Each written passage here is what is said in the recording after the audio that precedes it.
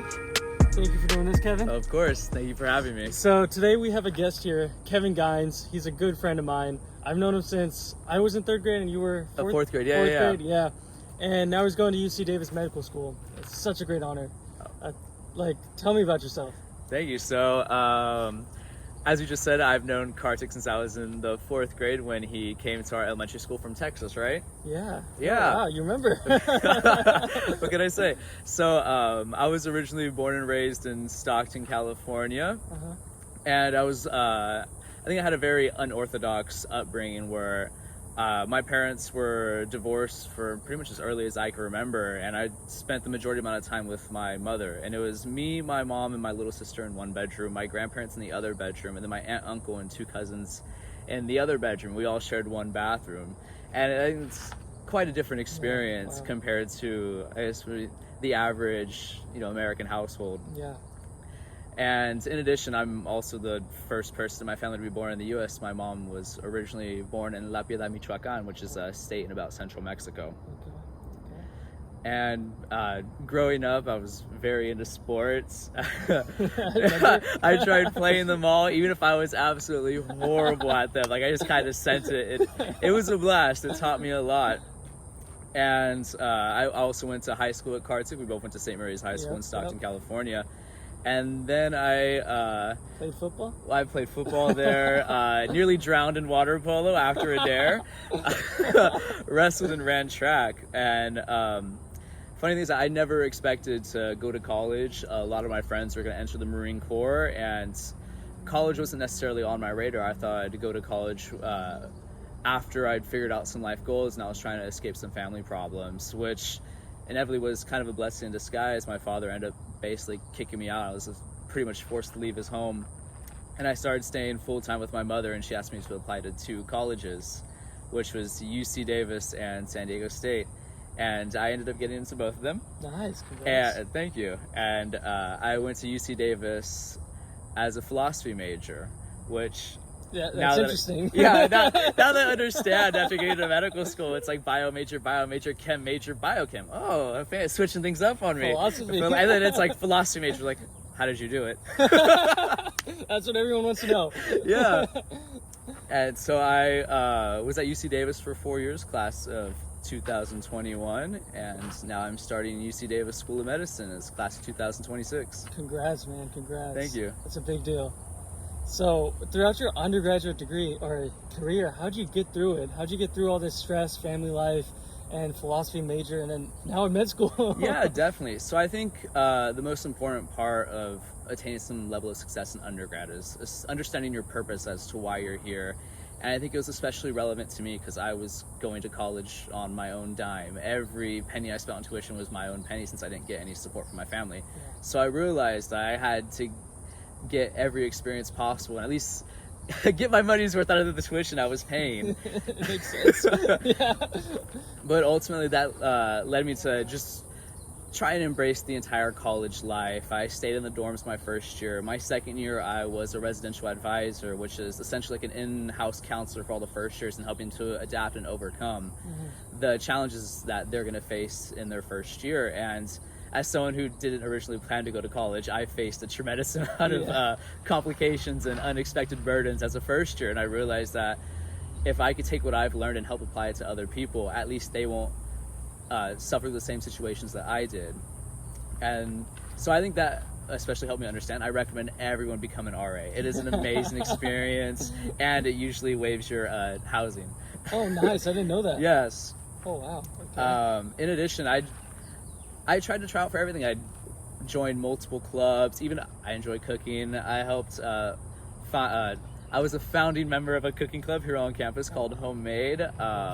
I was blessed to get a lab assistant position at Shriners Hospital for Children, and I got to join another club called MedLife, where we learned a lot of healthcare disparities. In addition, we also took I would call it almost like a medical mission trip to Ecuador. We went to go help offer healthcare services to communities in need out there. How'd you get in contact with this stuff? I kind of just started showing up to meetings. Really? They have a lot of club days where they'll go and provide tabling, and Yeah, so I just kind of You just like, showed up. it just sounded interesting to me, and I'm always down for an adventure, so I just started showing up to things. And I think it's especially important to put yourself out there in undergrad, Yeah. just because you're able to find what I consider like-minded people and start building your community, because one person might know this professor who has an open lab position, or this person might have an empty room in their house next year. Yeah, So I everything starts coming together, piecing together, and it really fits together for a nice college experience. Gotcha. Now, going through your story, you talked about like so many different interests. When did you know you were going to be a doctor?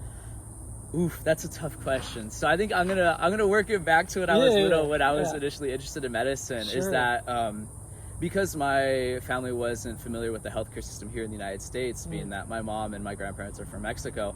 Definitely, my grandparents were, I would say, almost hesitant to fully embrace, the American medical system. And growing up, like if I'd have a stomach ache, my grandma would have me chew cinnamon or eat mint leaves, and just home remedies were the cure to everything. And I was always fascinated as to why these home remedies worked in comparison to conventional medicine. And that always was like that spark in the back of my mind. That's like, how does this work, and why does it work? And even although I thought I was going to go into the military, I was always interested, like, I'll try to be a combat medic or something within the medical field.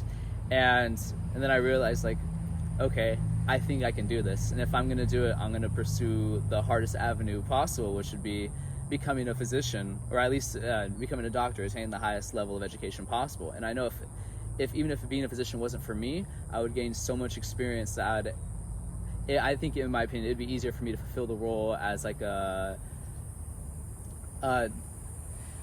healthcare practitioner? like some sort of healthcare provider, whether that be nurse practitioner, physician assistant, or another position within the healthcare field. Okay, so anything healthcare was always on your mind? Yes. Okay, and you said college wasn't on your mind at first either? Initially, at first. So you went from no college to now in med school. Indeed, yeah. Quite the change. Tell the audience how you did that. Like, you're a philosophy major. What made you stand out, you think, for medical school? Yeah, definitely. So I think what initially made me stand out for, in my medical school applications and in general, so philosophy majors, shameless plug. If I'm not mistaken, we have the highest averages on standardized exams, whether that be the GRE, MCAT, LSAT. Oh, wow. And from a certain study, and I can't recall which one it was, philosophy majors have the highest acceptance rate to medical school. No way. Yeah. No way. I don't believe that. I don't believe that at all. It's all in the statistics. There's not many of us who apply. But what I think was really important about being a philosophy major is that I got to study biomedical ethics.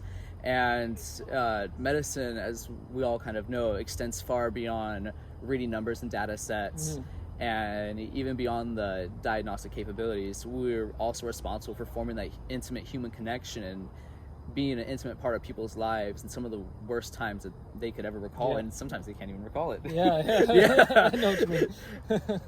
So I think having that perspective definitely made me stand out as a medical school applicant. And in addition, being from Stockton, California, one of the most diverse cities in the United States, and just being around so many people that were so different than myself, I realized that I'm going to need to gain experience with as many different patient populations as possible if I'm going to be able to succeed as a physician or in healthcare in general. And that led me to volunteer at a clinic for people that catered to religion of Islam, and in addition, Middle Eastern clients, because growing up in Stockton, I actually didn't have a lot of friends from that area, and I realized that as a physician, I need to be able to relate to people and build rapport, especially people who are vastly different than my own, which was why I found people or different communities that were vastly different than my own. And my goal was to just gain experience. And not only did I got to volunteer at that one clinic, but I also worked as a caregiver for individuals who have intellectual and mental disabilities, which was at times challenging, but I definitely learned a lot.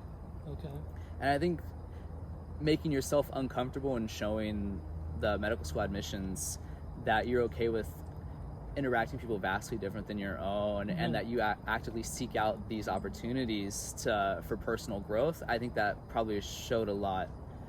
Shows your character. Shows character. So would you say, because from all these experiences, that you think grades are not as important as other stuff, or what do you say from personal experience? Personal experience, 4.0. I'm just kidding. No. Grades are certainly important. You have to show your credentials that you're able to master the material. Because I haven't started medical school yet, but I think Kartik can speak on behalf. It's like drinking from a fire hydrant, right? Oh, yeah. It is. There's so much material. But I think you have to be able to show some sort of background that you're able to handle that level of material. But it's not as important as everyone thinks. Of course, it's always nice to have that 4.0, but I certainly didn't have that 4.0. I was blessed to get a 3.5 overall GPA and a 3.2 science GPA, which is really scraping the bottom of the barrel. Hey, that gives hope for a lot of people. Yes. That's good. That's good. Good to hear. On that topic, why don't you tell everyone what acceptances you got, where and how many? Yeah, definitely. So I applied to both MD and DO. I think it's important that applicants apply to both philosophies of medicine. At the end of the day, people have this stigma that MDs are better than DOs, but ultimately your goal is to become a physician to help people. And regardless of what two-letter initials by your name, that should be your goal, is to help people. So it really shouldn't matter, and it kind of hurts to see people speak down on behalf of DOs, although because at the end of the day our licensing is equal and we're going to be working together hand in hand. So with that, I applied to both. I was accepted to University of Arizona Tucson, USUHS, which is the military med school out in Bethesda, as the Navy picked me up as one of their potential medical students. Was that MD or was that the DO? That was MD. That was an MD. And then I was also accepted to UC Davis School of Medicine. Congrats. And my other, I was waitlisted at Wayne State for MD. Oh, wow. Okay. DOs, I think I did particularly well, I would say. Okay. I got into CCOM, which is Chicago College of Osteopathic Medicine. Okay. ATSU Soma, Toro, California, and Toro, Nevada, if I'm not mistaken. Toro, Nevada. Okay, yes. That's a good one as well. Wow, that's a lot of impressive stats right there. And coming from you, that's, wow. Growing up with you and seeing where you are now, that's very inspirational, dude. Good job. Congrats. Appreciate it. Before we part ways, just a quick last tip. Do you have any other tips for any audiences, maybe in a similar position to you, maybe not, don't have the grades, maybe not even a bio major or something? Yeah, definitely. For how can they get into medicine or even healthcare in general? Yeah, in general, I would say, I think the most important aspect when it comes to trying to pursue something in healthcare, especially something difficult in general, would be to, as some of my military friends would say, embrace the suck. I mean, you're gonna have to do the jobs that no one else wants to do. And I think it's inherently important, especially in the healthcare field. Like, as a caregiver, I was wiping butts and changing diapers, which isn't glorious, but it's a very important aspect about that position. Being able to form an intimate relationship with someone, especially being in those sensitive areas, and also having the background knowledge, be like, okay, I need to shift my client every hour or so, I need to watch out for bed sores, I need to make the required notation, relay it to my supervisor or the RN on duty. And in addition, it gives you a lot of perspective working those bottom of the barrel jobs. So when the time comes and you become an RN, a PA, a nurse practitioner, or even a physician, you understand what it's like to be a subordinate on those lower level, those lower skilled healthcare positions. So you understand what their roles and responsibilities are and how to properly delegate out roles to individuals. In addition, just having a better understanding of the healthcare system in general. And I think that will put you leagues ahead of other individuals who lack those experiences when it comes to applications. Okay. Anything else?